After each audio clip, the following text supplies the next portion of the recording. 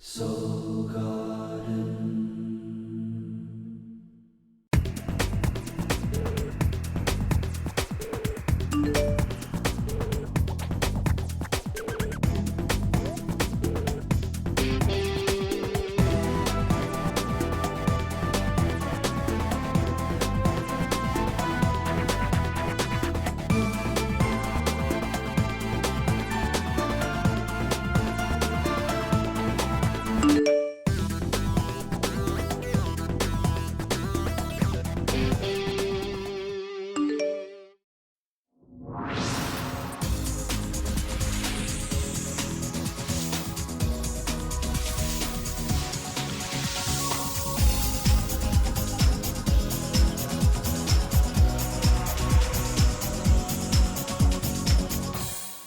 Hello my Aquarians and welcome to Soul Horoscopes Weekly Edition. I'm your host of the universe, Christopher Witecki.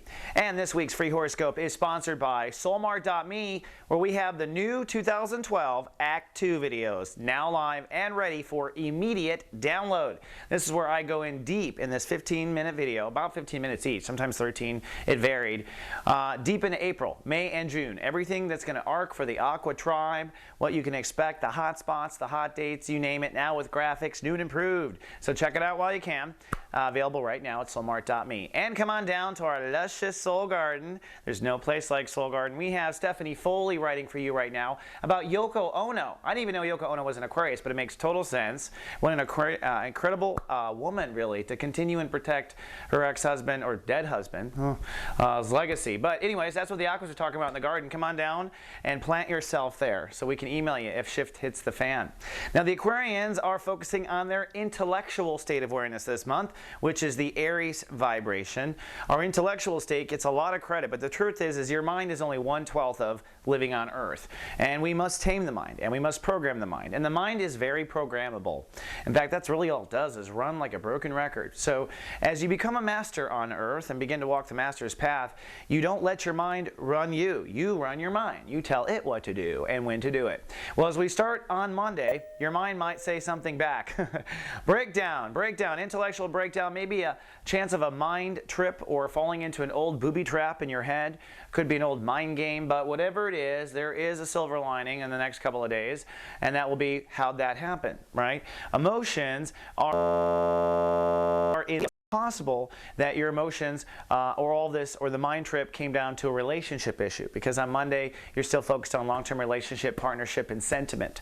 So Monday might be a relationship issue, but really I'm saying it's a breakdown in the way you think, or it could also be a breakdown in the way you communicate. Then on Tuesday, it's breakthrough. This is the last day that Mercury rules the day while Mercury is retrograde. Mercury is back in Pisces, so you're also kind of retroactively still looking at self-esteem, manifestation, raising capital, producing things. That was last month's topic, but Mercury retrograde still has you reconsidering that topic while at the same time processing thinking in general. The moon moves into Virgo on Tuesday. That does make you sensitive because emotions focus on trust and boundaries, so you become hyper aware of all your trust and boundaries, and there is a chance of anxiety when the moon crosses over Mars. We'll text you about that if you're in GA. Now, don't forget, we do have office hours available on Tuesdays and Thursdays in the garden. Come on down and talk to one of our Soulmart practitioners. This is Master One Feather here. He just joined Soulmart this week. He does 15-minute readings, and that's an affordable way to go. And of course, Carolyn Nagel. But Tuesdays, Thursdays, 11 a.m. Pacific time in the garden at soulgarden.me. Then on Wednesday, Mercury goes direct. That's probably one of the biggest news pieces of the week. So we start to get our faculties back. We start to think inside in again. So the twins replace. Your outside voice becomes your inside voice, and vice versa. Also, look at these red lines. We start facing some fears. Venus moves into Gemini on this day, 0 degrees Gemini. Venus is where we're going to receive from the universe. Venus in Gemini means it's now time to start receiving from your inner child, which means receiving creative ideas, which means receiving inspiration. However, these red lines may prevent you from receiving. In other words, there may be some fears. On the one hand, fears between receiving and whether or not you deserve it.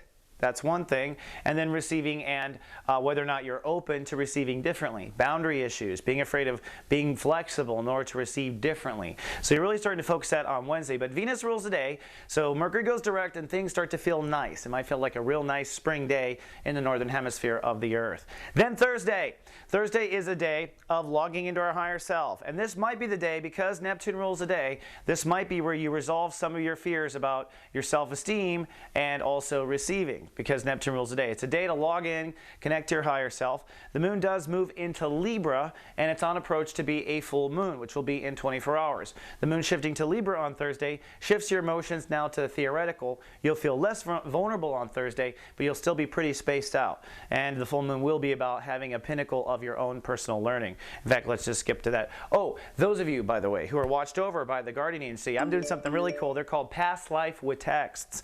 And I'm going to send these out actually on Neptune Day, because you're going to be kind of in your past life. And I'm kind of curious if what I come up with is what you're processing. So it's an interesting thing. It's a new feature on GA. Now, then Friday. We're talking about Friday, Full Moon Friday. Full Moon Friday in Libra. And if you're new to Soul Garden, I will remind you a full moon is a tug of war in the sky between the sun and the moon, with the earth in the center. It does mean you get very emotional about whatever this month's anti-topic is. In your case, you are working on thoughts, intellect, and attitude. You're trying to get your mind in order. You're trying to keep your mind under your own reign, keep your attitude on the ball. What is throwing that? Well, your feelings about philosophy, your feelings about belief. You might be attached to certain feelings about the way it should be, or the way you were raised, and that sort of thing. This is emotional baggage. This is what you want to release, is any emotional attachment to the old belief, the old way, the way it used to be, the way you're raised, the way your Catholic priest told you to do it. It doesn't really matter, but release your emotional attachment to all of that. This is a big deal with Saturn retrograde. This is something I go over in the Act 2 video, is how you're really going to get to the pinnacle of what you truly believe here in the next 3 months. And you're starting to feel that as of Friday. Now, don't forget, Carolyn Nagel and I are live on Fridays with SG Live. Right now we have our guest, Zodiac Director Bernadette Morgan, and she's been talking about Arises and courage and all the secrets to being an Aries that we can all borrow and use for ourselves. And if you can't catch us live at 11 a.m. Pacific, well, we do record it and it's available over the weekend. Hope to chat with you there. Then over the weekend, well, it's really kind of a typical holiday weekend. It's energetically pretty mellow this weekend, and we're going to kind of put a wrap up on Chapter 2 of Sun in Aries. On the one hand, the moon does move into Scorpio, so emotions for you are going to actually process career and legacy. So no matter what you do for this weekend, you're actually kind of emotionally at work, thinking about your legacy, thinking about your career, maybe taking this moment to just sit back and process. At the same time, we begin a many-day opposition, tug-of-war between the Sun and Saturn. Saturn is calling for Aquarians to rewrite their belief structure in Libra. And that means that you are coming to new purpose, coming to new meaning, and also releasing what is not appropriate. Now, you'll be doing this for another 3 months, but you'll do a lot of the work this month when you are comparing your thoughts to your actual beliefs and finding which one you prefer. So that tug-of-war begins this weekend. All right, well, that's all I have for this 7-day forecast, Aqua, but I hope to see you in 7 more. Until then, live, love, be.